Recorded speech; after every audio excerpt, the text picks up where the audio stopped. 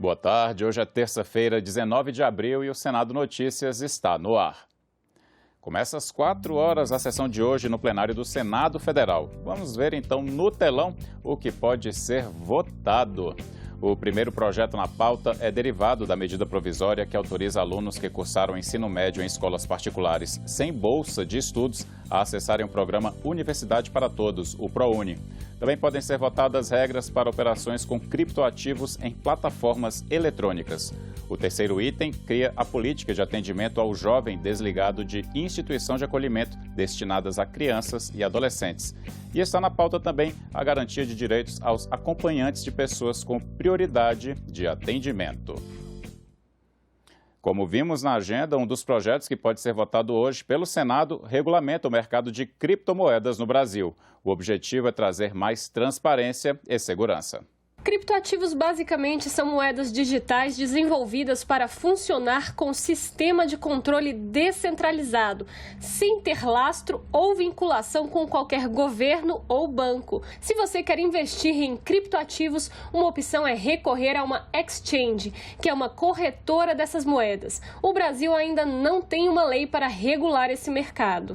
Apesar da gente já ter um marco regulatório de criptoativos no Brasil, voltado para a tributação, que é o caso da Instrução Normativa 1888 de 2019, da Receita Federal, que basicamente estabelece ali e que disciplina, na verdade, a prestação de informações relativas a operações com criptoativos, a gente até então não tem uma lei que regulamente o tema ou, inclusive, os intermediários ou prestadores de serviços desse mercado de criptoativos. Está no Congresso um projeto para regular a atividade. A Comissão de Assuntos Econômicos do Senado aprovou um texto que cria diretrizes e regulamenta as exchanges de criptoativos. Esse projeto ele está regulando, ele tem um foco na empresa, né, são essas empresas intermediadoras dessas operações com criptomoedas, tipo Bitcoin, Ethereum e diversas outras. Porque a preocupação de várias autoridades, né, incluindo o Banco Central, a CVM, que participaram de audiências públicas na própria CAI para instruir a matéria, a preocupação é com a lisura dessas empresas. Essa lei ela vai estabelecer o regulador que vai estabelecer inúmeras outras regras que o setor vai ter que seguir, assim como é feito para outros setores, para bancos, outros setores do mercado financeiro de capitais, né, bancos, corretoras, todos eles seguem normativos infralegais, né? O texto estabelece vários critérios para trazer mais transparência e segurança nas operações com criptos. Entre as medidas estão, por exemplo, alteração na lei de lavagem de dinheiro para que as exchanges comuniquem ao COAF movimentações atípicas, a inclusão das corretoras na lei que estabelece os crimes contra o sistema financeiro e a criação de um novo tipo penal. Ela traz algumas modificações em legislações anteriores também. Então, ela vai incluir, por exemplo, as exchanges nas pessoas sujeitas a mecanismos de controle da lei lá de prevenção à lavagem de dinheiro. Além disso, ela vai incluir no Código Penal brasileiro uma previsão de uma fraude especificamente de prestadores desses serviços de ativos virtuais. E a gente vai ter uma diferença, porque a fraude comum ela tem uma pena de reclusão de 1 a 4 anos, além de multa, e no caso de fraudes por exchanges, ela teria uma pena muito maior, que começa aí de 5 e vai até 8 anos de reclusão, além da multa. As corretoras comemoraram o avanço da lei. Com o projeto de lei, os papéis e responsabilidades entre todos os agentes públicos e privados estarão bem estabelecidos, dessa forma organizando melhor o setor e trazendo mais segurança para quem investe. Além disso, a transferência e responsabilidade de supervisão para um órgão regulador específico trará mais segurança para o mercado para garantir que todas as empresas estejam operando dentro da lei. Segundo o senador Irajá, relator do texto, quase 3 milhões de pessoas estão registradas em corretoras de criptomoedas. Em 2018, mais de 6,8 bilhões de reais foram negociados em criptoativos no Brasil. A intenção do projeto é coibir ou restringir as práticas ilegais, né, como a lavagem de dinheiro, né, evasão de divisa, né, e tantos outros crimes que são cometidos, infelizmente, nesse segmento. Nós não podemos generalizar, né, há um mercado que é lícito, né, legal, é a grande maioria desse mercado, só as exceções é que não são. Então, o projeto tem esse objetivo, né, num esforço com o Banco Central, que tem esse papel de selecionar as empresas idôneas no mercado, para que não incorra no dissabor de um investidor, né, aplicar o seu dinheiro, a sua poupança, né, ou as suas ações no mercado novo, que são as criptomoedas, e depois ter uma decepção, né, o dinheiro sumir simplesmente da noite para o dia. Então, esse papel que o Banco Central vai exercer, após o marco regulatório aprovado, ele é fundamental, porque vai fazer um grande filtro para que empresas idôneas, né, e com credibilidade possam atuar nesse mercado. E o criptoativo possa ser um bom investimento, né, que é o que todo mundo hoje tem uma boa impressão dos criptoativos ou as criptomoedas. Sem contar, é importante nós destacarmos aqui, que também os criptoativos passam a ser um novo método de pagamento. Né? Nós estamos agora mais recentemente utilizando o Pix, né? Mais de 50 milhões de brasileiros já utilizam no seu dia a dia, né, pequenos comerciantes, profissionais liberais, e isso popularizou. E a tendência das criptomoedas é a mesma coisa, é passar a ser mais uma opção de pagamento. O presidente do Senado, Rodrigo Pacheco, participou hoje da cerimônia do Dia do Exército. A solenidade aconteceu no Quartel-General do Exército, em Brasília, com imposição da Ordem do Mérito Militar e da Medalha Exército Brasileiro. Também participaram do evento o vice-presidente da República, Hamilton Mourão, e os presidentes da Câmara, Arthur Lira, e do Supremo Tribunal Federal, o ministro Luiz Fux. A Comissão de Direitos Humanos promoveu nesta segunda-feira audiência pública para discutir sobre a internação de pacientes com algum tipo de transtorno mental. Participantes criticaram a atuação do governo na área. A publicação de uma portaria do Ministério da Saúde que corta recursos da rede de atenção psicossocial foi o que motivou o senador Humberto Costa a convocar a audiência pública.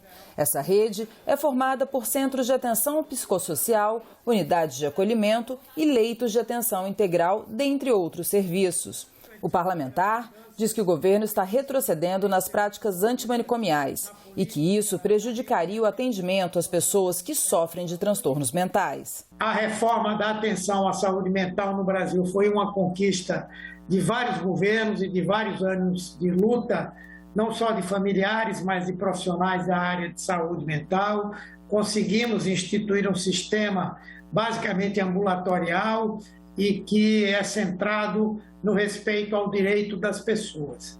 E ao que consta, as mudanças que pretendem ser feitas, são pretendidas, elas almejam, em última instância, que nós retornemos àquele modelo manicomial, aquele modelo de exclusão social a que as pessoas portadoras de transtorno mental eram submetidas. Esse defensor público afirma que a tortura é uma realidade nos hospitais psiquiátricos e que o Estado promove a ambulatorização da política de atenção psiquiátrica com esvaziamento do mecanismo de prevenção de combate à tortura. Na verdade, tudo isso faz parte de uma mesma política, né? Que é não dar atenção à sociedade que está intramuros. Aqui lembro que o mecanismo de combate à tortura, de prevenção e combate à tortura, ele não atua apenas com relação a prisões, mas também em locais de internação psiquiátrica. Um país que conseguiu, mesmo que localmente, mesmo em uma ou poucas unidades da federação, abolir o manicômio judiciário, não pode conviver com propostas de retrocesso no campo da saúde mental que façam reviver o Holocausto brasileiro, já também referenciado pelo Leonardo Pinho. Nós não podemos admitir tamanho retrocesso nesse momento histórico que vivemos. É um ataque grave a cada dia às instituições públicas que levaram anos para a gente conseguir formular. E a política pública da saúde mental psiquiátrica é uma política de Estado, como foi dito, e aí esse governo acha que a política é dele. Ele pode mudar na hora que quer. Eu penso que nada deve ser interrompido. Todos os processos que estão em andamento tem que sempre ter continuidade, apoio, olhar os resultados, ver os desafios, reorganizar o que for necessário. E isso é importante para a questão da desinstitucionalização. Pessoas que ficaram a vida inteira, perderam os vínculos familiares, praticamente sem perspectivas assim de alcançar outros direitos fundamentais como trabalho, a residência. E essas pessoas têm que ser apoiadas, né, a serem reincluídas na sociedade. Isso é essencial. O presidente do Senado, Rodrigo Pacheco, visitou ontem o presidente do Tribunal Superior Eleitoral, o ministro Edson Fachin. Pacheco destacou o alinhamento entre o Senado e o TSE para garantir que as eleições de outubro ocorram dentro da mais absoluta normalidade. Uma visita de cortesia ao presidente do Tribunal Superior Eleitoral, ministro Luiz Edson Fachin, em retribuição à visita que Sua Excelência fez a mim como presidente do Senado, logo que assumiu a presidência do TSE. Nós temos, Senado e TSE, um objetivo comum de dar toda a transparência, lisura, clareza no processo eleitoral desse ano. As eleições são, de fato, dos temas mais importantes da vida nacional. É muito importante que elas aconteçam dentro da normalidade. A expressão mais pura da vontade popular se dá através do voto. E o Brasil tem instrumentos para poder garantir que esse voto seja livre e que possa transcorrer as eleições dentro dessa normalidade. Há mecanismos para isso hoje. Inclusive, essa comissão criada com a participação do Senado e do Congresso Nacional e também da Câmara dos Deputados, relativamente à transparência nas eleições, igualmente o programa de combate à desinformação nas eleições, para que o eleitor possa ter a formação da sua convicção e do seu convencimento a partir de um processo de conhecimento livre. Então, é um alinhamento importante do Senado e da Justiça Eleitoral. Eu quero aqui reconhecer o bom trabalho feito pelo Tribunal Superior Eleitoral e o compromisso nosso do Senado Federal de dar também todos os instrumentos legislativos para que isso aconteça dentro dessa normalidade. Lembrando que no Senado Federal nós discutimos agora uma modernização do Código Eleitoral, conversamos também sobre isso, eu e o ministro Fachin, a respeito dos temas ali tratados, de um projeto que já foi apreciado e aprovado na Câmara dos Deputados e que hoje está sob a responsabilidade do Senado através da Comissão de Constituição e Justiça. Então, uma visita muito agradável, repito, de cortesia e de alinhamento para garantir que as eleições aconteçam dentro da mais absoluta normalidade no Brasil. Cientistas políticos dizem que a taxa de reeleição em outubro para o Congresso será alta. Isso porque a onda antipolítica teria perdido força. O Senado terá votação para 1/3 de sua composição, ou seja, 27 cargos de senadores vão estar em disputa. A cada 4 anos, os eleitores brasileiros vão às urnas para eleger presidente, governadores, deputados estaduais, federais e senadores. Diferente dos deputados eleitos pelo sistema proporcional, os senadores são escolhidos pelo sistema majoritário, ou seja, ganha o cargo o candidato que conseguir maior número de votos no estado. Cada estado e o Distrito Federal elegem 3 representantes para um mandato mais longo, de 8 anos. Este mandato de 8 anos é conferido ao senador exatamente para lhe dar maior autonomia, sobretudo nos momentos de crise que o Brasil já enfrentou ou que possa vir a enfrentar. Portanto, eu tenho mandatos mais alongados do que de deputados federais. A renovação das cadeiras também não é como na Câmara, que elege 513 deputados a cada eleição. O Senado renova de forma alternada 1/3 da casa numa eleição e 2/3 na eleição seguinte. Ou seja, em uma eleição, o Estado elege 1 senador e na eleição seguinte, 2 senadores. Essa renovação de 1/3 e 2/3 para um mandato de 8 anos vem lá da Constituição de 1946, né? Teve essa ideia ao mesmo tempo da gente ter um mandato muito longo para garantir a estabilidade desse sistema, né, dessa casa, mas ao mesmo tempo para garantir uma certa renovação dessa casa, tendo em vista que esse mandato é muito longo. Isso é muito comum nos sistemas bicamerais, principalmente sistemas bicamerais que estão dentro dessa lógica federalista, né, esse mandato do Senado mais longo, de 8 anos, justamente para garantir essa estabilidade para o sistema, mas ao mesmo tempo garantindo essa renovação da casa, mesmo que não seja uma renovação integral, por completo. Nas últimas eleições, em 2018, foram eleitos ou reeleitos 54 senadores, 2/3 da casa. Este ano estarão em disputa 27 vagas, 1/3 das cadeiras. Nas eleições de 2018, das 54 vagas, 46 foram preenchidas por nomes novos, ou seja, nomes que não estavam disputando reeleição. Uma renovação histórica de 85%.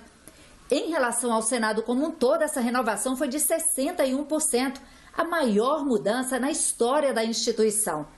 E o que esperar das eleições deste ano? Em 2022, a gente vai encontrar um cenário um pouquinho diferente daquele de 2018.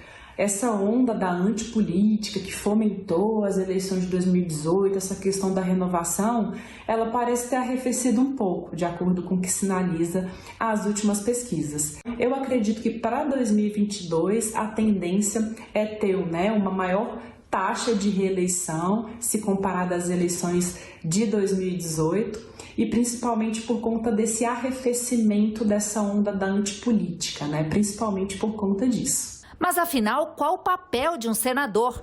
Por que um cargo tão disputado? Num sistema bicameral, tanto senadores quanto deputados têm a função de legislar, fiscalizar e controlar os atos do Poder Executivo. Mas algumas funções são privativas dos senadores, como, por exemplo, aprovar a indicação de autoridades como ministros dos tribunais superiores e dirigentes de agências reguladoras, autorizar empréstimos no exterior da União, estados e municípios e julgar, quando necessário, crimes de responsabilidade cometidos pelo presidente da República, por ministros de Estado, ministros do STF, pelo Procurador-Geral da República, pelo Advogado-Geral da União ou por membros do Conselho Nacional de Justiça e Conselho Nacional do Ministério Público. Erroneamente, as pessoas falam que o Senado é uma casa revisora e a Câmara é uma casa iniciadora. Não é necessariamente sim. O Senado ele não tem atribuições de ser meramente uma casa revisora. Na verdade, ambas as casas funcionarão como casas revisoras a depender de onde se inicia a legislação, ou seja, para os atos iniciados no Senado, a Câmara se tornará a casa revisora e para os atos que são iniciados na Câmara dos Deputados, o Senado será a casa revisora. Um projeto em análise pelo Senado prevê o repasse de computadores, celulares e outros equipamentos apreendidos com criminosos para escolas da educação infantil e básica. A proposta já foi analisada pela Comissão de Segurança Pública e aguarda análise da Comissão de Educação. Computadores, celulares e outros equipamentos apreendidos com criminosos podem ter um destino favorável a crianças e adolescentes. É que um projeto em tramitação no Senado destina essas máquinas para escolas que atendam o ensino básico e infantil dos estados ou municípios onde foram apreendidos. O texto determina que as unidades de ensino terão prioridade para a guarda e uso de equipamentos úteis à administração ou ao ensino telepresencial ou remoto. Aparelhos de comunicação agora passam a ser prioridade a utilização de alunos, professores da rede pública de ensino fundamental, ensino médio. Então, acho que isso é uma iniciativa que dá algum destino a esses equipamentos, podendo os proprietários ou as pessoas que tiveram o equipamento apreendido, se provar a inocência, ser ressarcido do valor do bem. Uma ação fundamental para que as escolas continuem usando as tecnologias nesse processo de retorno às aulas presenciais.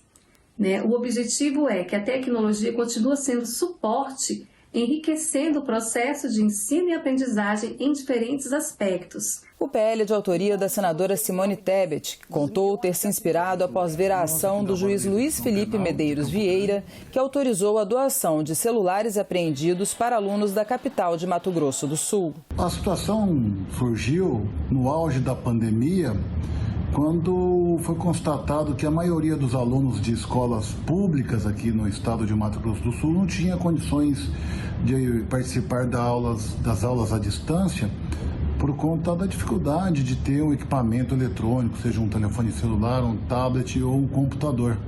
Então, muitas famílias tiveram seus filhos prejudicados na escola porque pai e mãe, que possuem o celular, né, para trabalho, trabalhavam durante o dia e voltavam para casa somente à noite. E nesse momento, no período noturno, é que as crianças teriam acesso aí aos telefones celulares para fazer os seus deveres e os seus trabalhos escolares. O projeto já passou pela Comissão de Segurança Pública. Com a aprovação no Congresso, as escolas públicas vão ter os mesmos benefícios que órgãos de segurança pública têm, que é o de utilizar bens sequestrados ou apreendidos de criminosos. O destino final, até antes desse projeto, era a destruição, o perdimento do aparelho com a destruição. Eu achei a iniciativa excelente, né? Proporcionar aí para essas crianças que têm dificuldades financeiras para adquirir um aparelho num momento tão complicado como está sendo, na verdade, o da pandemia, e nesses anos anteriores as aulas presenciais ficaram suspensas. Então foi muito importante, beneficiou muita gente e essas pessoas beneficiadas realmente precisavam demais desses equipamentos. As escolas da rede precisam de ter laboratórios de informática, precisam desses equipamentos novos, em bom estado de uso, para que os alunos continuem nessa proposta que a pandemia nos trouxe, de um acesso rápido, que vai fazer uma mudança nesse processo de aprendizagem dos alunos. Ficamos por aqui. Você pode rever as reportagens desta edição na nossa página na internet, senado.leg.br/tv. Muito obrigado pela companhia e até a próxima.